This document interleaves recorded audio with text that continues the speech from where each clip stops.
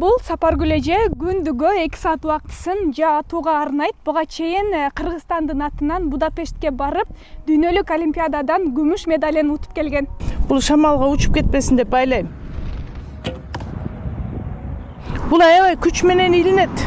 Азыр тийбей калса жиним келип кетет. Биз өзүбүз тренер, өзүбүз врачпыз. Өзүң жүрөң лакылдап барайса кичине глицинин ушундай бирдеке ичкенге аргасыз болосуң. Азыр уйкусуздук болуп атам деген таблетка ичип уктаган адамдар көп го. А бунда кадимкидей чарчайсың басып жүрүп, анан кийин түнү да жакшы уктайсың.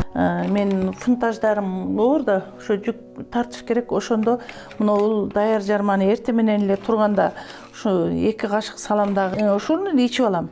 Сапаргүл эже буга чейин өзү менен кошо кыздарды да жаатууга үйрөткөн. Бирок каалоочулар негедир аз экенин айтат. Учурда каарманыбыз жакын арада өтүүчү Салбурунга катуу даярдык көрүүдө.